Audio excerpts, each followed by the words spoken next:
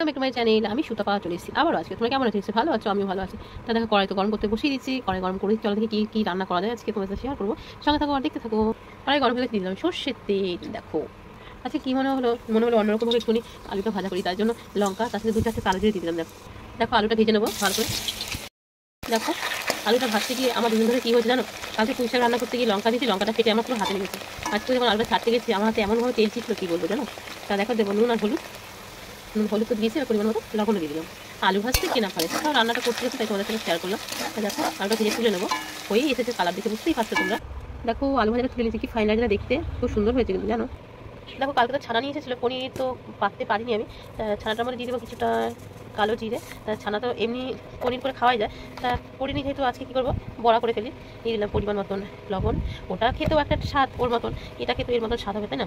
দিয়ে দিলাম কিছুটা পেঁয়াজ কুচি, ভালো লাগবে তাই না ঝাল ঝাল। সবই যখন দিলাম একটুখানি হলুদ দিয়ে দিই, তাহলে বেশ কালারটাও খুব সুন্দর হবে তাই না বলো।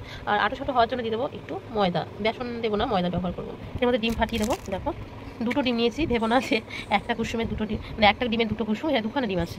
টেস্টটা আরও ভালো করার জন্য একটুখানি মিট মশলা দিয়ে দিলাম, দিয়ে এবার এটাকে ভালো করে হাত দিয়ে মেখে দেবো। তোমরা তো জানো আমি হাত দিয়ে মাখতে ভালোবাসি বেশি, ভালো করে মেখে নেবো।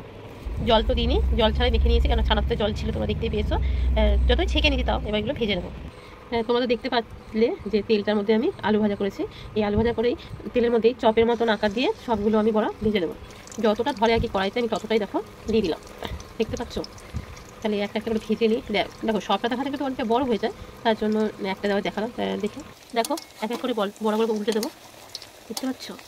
আচ্ছা এক একটা ক্যামেরা ধরতে হয়, তো ক্যামেরা ধরতে না রান্না করতে অসুবিধা হয়, তাহলে পুরোটা দেখাতে গেলে অনেকটা বড় হয়ে যাবে, তাই জন্য জানো। দেখতে কি ভালো লাগছে, গন্ধটাও একটা কি সুন্দর গন্ধ হয়েছে, মিট মশলা দেওয়া রয়েছে না, তাহলে পেঁয়াজ দেওয়া যায়। দেখো কিন্তু ফুলেছে একটু জানো, যেহেতু ডিম দেওয়া আছে তার জন্য। দেখো হয়ে গেছে, তোমাদের তুলে নিয়ে দেখাচ্ছি, ঠিক আছে। দেখো বড়গুলো কি সুন্দর হয়েছে, দেখতে পাচ্ছ। দেখো ওই তেলের মধ্যে দিয়ে দেবো সাদা জিরে, তেজপাতা আর শুকনো লঙ্কা। হয়ে গেছে, আলুগুলো দিয়ে দেবো। এই আলুগুলো কেটে রেখেছিলাম, আলুগুলো একটু ভালো করে ভেজে নেবো। দেখো দিয়ে দেবো পরিমাণ মতন লবণটা দিয়েও ভালো করে ভেজে নেবো আলুটা। তার মধ্যে জিরে গুঁড়ো, নুন, হলুদ, একটুখানি চিনি, নুন তো আগে দিয়ে দিয়েছি, এবার দিয়ে দিলাম। বাটি একটু জল দিয়ে দিলাম যাতে মশলাটা কষাতে সুবিধা হয়, তার জন্য। এই দেখো দেখতে পাচ্ছ। এদিকে শিলে আমি আদাটা রসুনটা বেটে নেবো। দেখো আদা রসুনটা বেটে নিয়েছি, এবারে তরকারির মধ্যে দিয়ে দেবো। আর এবার এই সঙ্গে না মিট মশলাটা দিয়েও আমি সব মশলা দিয়ে একসাথে ভালো করে কষিয়ে নেবো যতক্ষণ না মশলা থেকে তেল ছাড়বে। এই দেখো এই সময় দিয়ে দেবো ছোট্ট একটা টমেটো, কেননা তরকারির পরিমাণটা যেমন কম তাই জন্য ছোটো দিলাম, বুঝতে পেরেছো। এই দেখো মশলার থেকে কিন্তু তেল ছেড়ে দিয়েছে, এমনকি তরকারিটা লেগে যাচ্ছে। এই মুহূর্তে দিয়ে দেবো জল, বুঝতে পারছো। এই দেখো পরিমাণ মতন জল দিয়ে দেবো এবার। দেখো ঝোল তো ফুটে গেছে, কি সুন্দর হয়ে, দেখতে পাচ্ছ।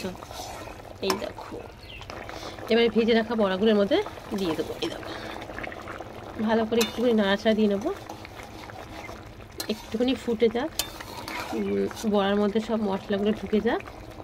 দেখো হয়ে গেছে, নামিয়ে নিয়েছি। দেখো কেমন হচ্ছে, দেখো অবশ্যই কমেন্ট করে বলো। নতুন বন্ধুরা চ্যানেলকে সাবস্ক্রাইব করে, নতুন পুরনো বন্ধু সবাই পাশে থেকো, সবাই সুস্থ থেকো, ভালো থাকো। টাটা, দেখা হবে নতুন কোনো ভিডিওর সঙ্গে। তাহলে এখন আমরা আসি, টাটা।